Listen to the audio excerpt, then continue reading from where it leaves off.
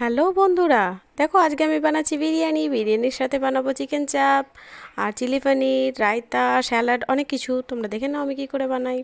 প্রথমে আমি এই বিরিয়ানি রাইস দিয়ে দিয়েছি, তারপর দিয়ে দিয়েছি চিকেন, তারপর অনেকগুলো আলু, তারপর দিয়েছি ডিম। না না না না না, একদম ডিম দেবো না, কারণ প্রচুর গরম পড়েছে, এখন ডিম ডিম খাওয়া একদম যাবে না।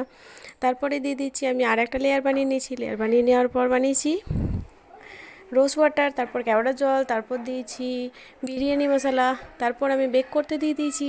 দেখো বেক হয়ে গেছে। এরপর আমি এই পর্যায়ে নামিয়েছি বিরিয়ানি। কেমন হয়েছে বন্ধুরা, তোমরা সবাই কমেন্ট বক্সে জানাবে। এরপর আমি সার্ভ করলাম চিকেন চাপ, চিলি পনির আর বিরিয়ানি, স্যালাড, রায়তা সমস্ত দিয়েছি। দেখে নাও কেমন হয়েছে। Thanks for watching.